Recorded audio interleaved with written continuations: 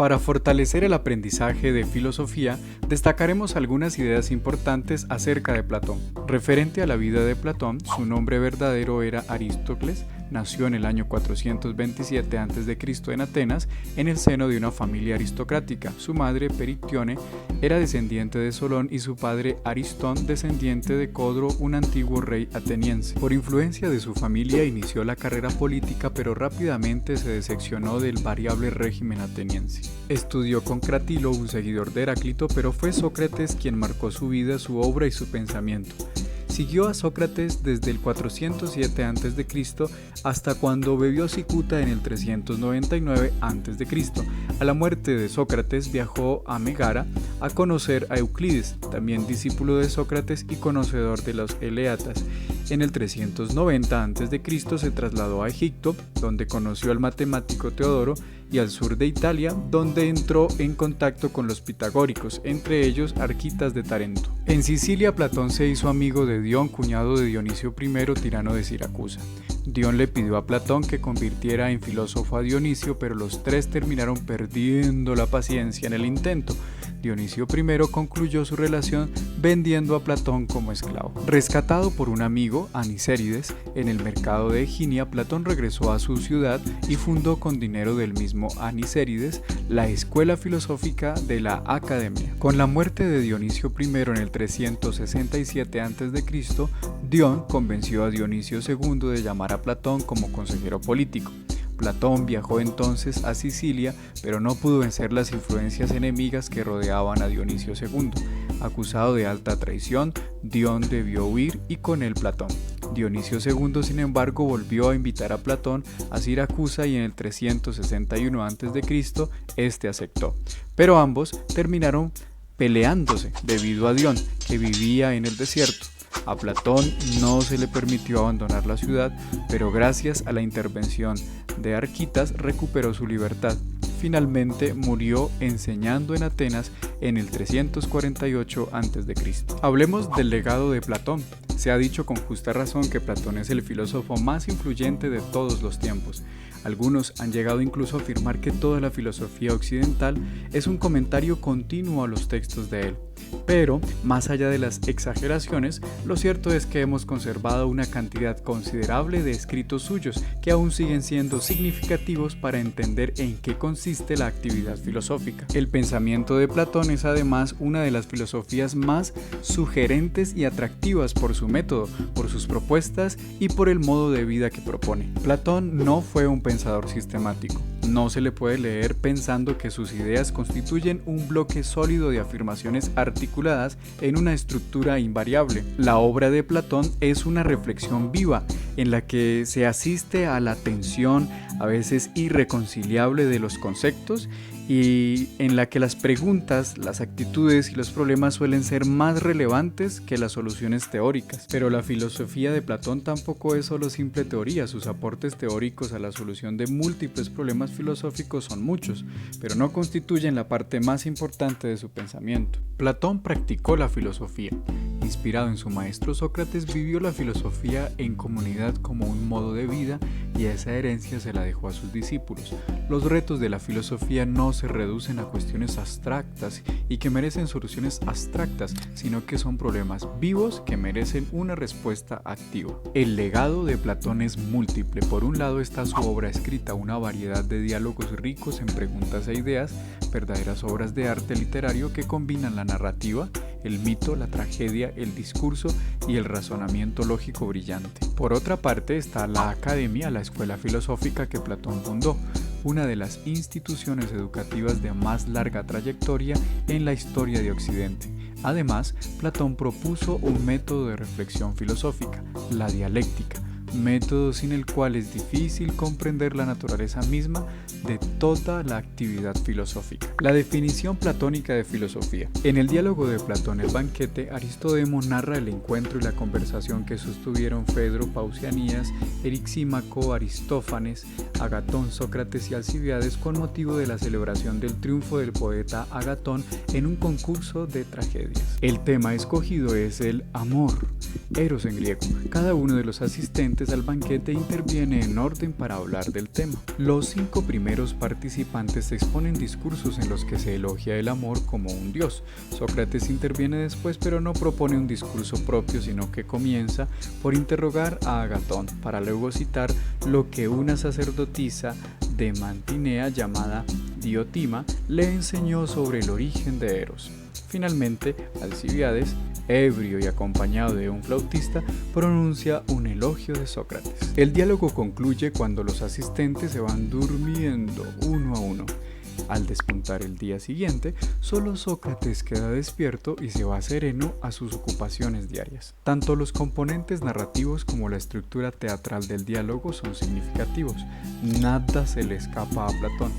Y como es habitual en él, la significación, el tipo de personajes y el argumento del diálogo cumplen un papel fundamental en la interpretación de su contenido. Cuando Sócrates interroga a Agatón, le pregunta si el amor es un deseo de lo que se tiene o de lo que no se tiene. Agatón en su discurso había afirmado previamente que Eros es bello y gracioso, pero Sócrates lo incita a reconocer que si el amor es deseo de belleza y es un deseo de lo que no se tiene, hay que concluir que el amor mismo no es bello, pues al desear la belleza no la posee. ¿Qué es entonces Eros? Diotima le ha enseñado a Sócrates un mito que explica el origen de la naturaleza de Eros. El día en que los dioses celebraban un banquete por el nacimiento de Afrodita, Fenia, la pobreza, se acercó a mendigar. En el jardín de Zeus encontró a Poros, la riqueza, quien se encontraba tendido, dormido, borracho de néctar. Para aliviar sus privaciones, Fenia se acostó con él y de esa unión concibió un hijo llamado Eros, es decir, amor. La filosofía y la búsqueda de la sabiduría. Según la interpretación que se propone a este mito, en Eros conviven las características opuestas de sus padres. Es astuto e inventivo como su padre, mendigo y pobre como su madre. Eros también está poseído por la belleza, pues nació el día del nacimiento de Afrodita. Esto explica la naturaleza del amor. Vive como un mendigo, como un necesitado, pero también es un sagaz cazador que persigue valientemente lo bello y lo bueno en todas partes. La descripción del amor también se aplica a Sócrates y al filósofo. Sócrates no posee nada, carece de bienes y de belleza, es tosco y algo vagabundo, pero al mismo tiempo anda tras la belleza con habilidad, siempre tramando algo audaz, como un hechicero o un mago. Con esto definió Platón para siempre al filósofo y a la filosofía. El amante de la sabiduría, el filósofo, no es sabio, pero desea serlo. Es un cazador hábil, un brujo mañoso que busca durante toda su vida lo que no posee, la belleza, el bien y la verdad. Pero no es un completo ignorante ni un insensato, pues a diferencia de otros, el filósofo lo es porque reconoce su ignorancia, sabe que no sabe y eso lo impulsa a buscar. La esencia de la filosofía es Eros, el amor. Tanto la actividad filosófica como el filósofo no se pueden entender sin el amor. El filósofo no es sabio ni ignorante, sino que está a medio camino entre la ignorancia y la sabiduría. Los dioses y los sabios no son filósofos porque obviamente no lo necesitan. Al no carecer de sabiduría, no la buscan. No viven agitados, necesitados, ávidos y embriagados de deseo. Los insensatos tampoco son filósofos porque creen saberlo todo. Cómodamente convencidos de que poseen conocimientos, no se atreven a preguntar ni a buscar. El filósofo, al saber que no sabe, al estar en el punto medio, es alguien que no está quieto, que se mueve y busca, que va tras la caza del saber con sus recursos. Pero nunca lo obtiene, solo se acerca. Acceder al saber pleno es dejar de ser filósofo, es cumplir con la meta de esa búsqueda vital que compromete el pensamiento, la voluntad y toda la existencia. Es también morir, pues es abandonar la condición del deseante, la de estar en constante movimiento hacia lo bello. La filosofía es por ello en Platón tensión, movimiento, caza astuta, medicina, camino y movimiento constante. no es una posesión estática, sino un modo de vida que busca la virtud, el bien y la felicidad. Un pensar humano activo, vivo e inquieto atraído por lo divino. Los diálogos. En el transcurso de su vida, Platón escribió una gran variedad de diálogos. Este género literario no fue invento suyo y se sabe que en su tiempo muchos escribieron diálogos en honor de Sócrates, pero los diálogos de Platón, que son los que se conservan, son magistrales obras literarias. En ellas ejemplifica el método dialéctico. Cada diálogo es un texto vivo que se puede leer independientemente de los otros. Como fueron escritos en diversos momentos, tratan de asuntos diversos y no corresponden todos a las mismas preocupaciones. No hay que buscar en todos ellos una unidad ni un pensamiento constante. El pensamiento de Platón sufrió cambios y nunca asumió que las eventuales conclusiones a las que llega en sus diálogos son las definitivas. Los diálogos, como buen texto filosófico que se respete, están escritos más para formar que para informar.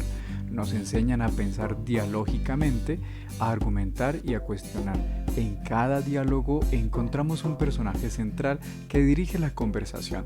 En la mayoría de los diálogos, el director de la conversación es Sócrates. Los primeros diálogos de Platón son llamados de juventud o socráticos, porque se concentran fundamentalmente en relatar el modo de vida de Sócrates. También se los llama aporéticos, porque la conversación que se desarrolla solo conduce a conclusiones negativas, dejando abierto el problema discutido. El segundo grupo es el de los diálogos de madurez. Sócrates sigue conduciendo la conversación, pero en boca suya Platón expone sus propias propuestas teóricas para afirmar las cuestiones filosóficas que se discuten. ¿Dónde está la frontera entre lo socrático y lo platónico? No se sabe. Sobre todo porque en una porción considerable la filosofía de Platón es un desarrollo de la de Sócrates. El tercer grupo lo constituyen los diálogos de vejez. Sócrates cede su lugar a otros personajes como el extranjero de Elea, que se van a encargar de la dirección de la conversación. En estos diálogos Platón revisa críticamente sus propias ideas, una y otra vez, enseñándonos con ellos que la filosofía no se puede hacer sin autocrítica. Influencias. Aparte de la obvia influencia de Sócrates, el pensamiento de los pitagóricos fue, como el mismo Platón reconoce, decisivo para la formación de su filosofía. La idea pitagórica de que los números permiten explicar la naturaleza condujo a Platón a reconocer que en las matemáticas está uno de los ejemplos más claros de cómo la mente puede obtener un conocimiento universal e invariable de las relaciones constitutivas de las cosas. También influyó en él la idea pitagórica y órfica de la inmortalidad del alma. Cuerpo y alma. Platón también defendió el dualismo alma y cuerpo como entidades distintas que pueden existir separadamente. La idea de la inmaterialidad del alma y de su capacidad para sobrevivir a la muerte del cuerpo se convirtió en Platón en una de las claves para entender su propuesta ética. La filosofía es una preparación para la muerte, pues la muerte es el momento de la liberación plena en la que el alma, lo que hay de divino en nosotros, escapa a las limitaciones y obstáculos de la cárcel del cuerpo y puede acceder al conocimiento directo de las cosas mismas. De ese modo el alma puede retornar a su condición original, pues antes de caer en un cuerpo preexistía en un estado de perfección y conocimiento. En el camino hacia ese momento, descrito míticamente por Platón, está la filosofía o dialéctica, que no es otra cosa que el movimiento del alma que busca retornar a su lugar de origen. El filósofo es el hombre que busca conocerse a sí mismo. Platón y los sofistas. Platón demuele con sus críticas los planteamientos de los sofistas, pero justamente por ello también debemos reconocer el papel que estos desempeñaron en la formación de su pensamiento. Gorgias y Protágoras son figuras de sus diálogos con las que Sócrates debate a propósito de la naturaleza de la retórica y de la sabiduría. La dialéctica y la retórica de los sofistas se pueden entender como las dos caras de una moneda. La frontera entre ambas es a veces incluso borrosa y en los mismos diálogos no se sabe si Sócrates está actuando como filósofo o como sofista para combatir la misma sofística. En Fedro, el diálogo sobre la dialéctica, Platón nos indica que esta es la verdadera retórica o que es la retórica elevada al rango de arte o de ciencia. En sus diálogos, Platón no solo pone a discutir a Sócrates con afamados sofistas, sino también con sus discípulos, quienes no solo estudiaban retórica, sino también a los presocráticos. Platón aprovechó esto para mencionar y examinar críticamente muchas de las enseñanzas de los presocráticos, y gracias a él hemos conservado bastantes fragmentos de sus obras. La Academia. Platón fundó una escuela filosófica llamada la Academia porque así se llamaban unas salas que se encontraban en un gimnasio de los alrededores de Atenas donde se reunía con sus discípulos. Cerca de este gimnasio, Platón compró una propiedad en la que algunos miembros podían vivir en comunidad. La idea de la escuela como institución y comunidad surgió probablemente de la influencia que la secta pitagórica ejerció sobre Platón. El estatuto legal de la escuela era de una asociación religiosa, pero en la práctica se trataba de un centro de reflexión y de enseñanza filosófica donde Platón buscaba formar a los jóvenes atenienses. La academia perduró durante siglos, sufrió fuertes transformaciones doctrinales y en el siglo II después de Cristo ya era una escuela escéptica. Fue cerrada en el 529 después de Cristo por órdenes de Justiniano, emperador de Bizancio. El proyecto educativo de la filosofía. Platón pretendía ofrecer una formación sólida a los futuros ciudadanos. Para esto se apoyó en la búsqueda metódica del conocimiento mediante el ejercicio del diálogo argumentado y del estudio de las matemáticas. Quería además que esta enseñanza se distanciara de las de los sofistas, que era gratuita. Aristóteles se educó en esta escuela durante 20 años antes de fundar su propia escuela. De esta escuela hicieron parte los pensadores que no necesariamente compartían los mismos principios de Platón. El espíritu de la academia era el de la investigación y el debate reflexivo. Para Platón, lo esencial de la filosofía es el proyecto educador que ésta implica. Por esto propone una nueva paideia, que se distancie críticamente tanto del modelo educativo tradicional homeomérico basado en el epos como de las prácticas pedagógicas de los sofistas. Platón también critica la tragedia por no formar a los ciudadanos como es debido y, aunque le otorga un papel didáctico a los mitos, cree que la base de la enseñanza debe ser particularmente las ciencias matemáticas. La vocación política de la filosofía. Platón estaba muy preocupado por el destino político de la polis, pues su amada Atenas había sufrido con la democracia y el desorden y la confusión que reinaban en su mundo.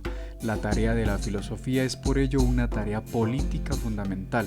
La academia no fue pensada para formar hábiles demagogos u hombres de Estado, sino para formar el carácter moral de los futuros ciudadanos y líderes, bajo la convicción de que solo un correcto modo de vida y una rigurosa preparación intelectual podían corregir los errores que la sofistería democrática ya había impuesto. Para Platón, las virtudes del alma son análogas a las virtudes de la ciudad.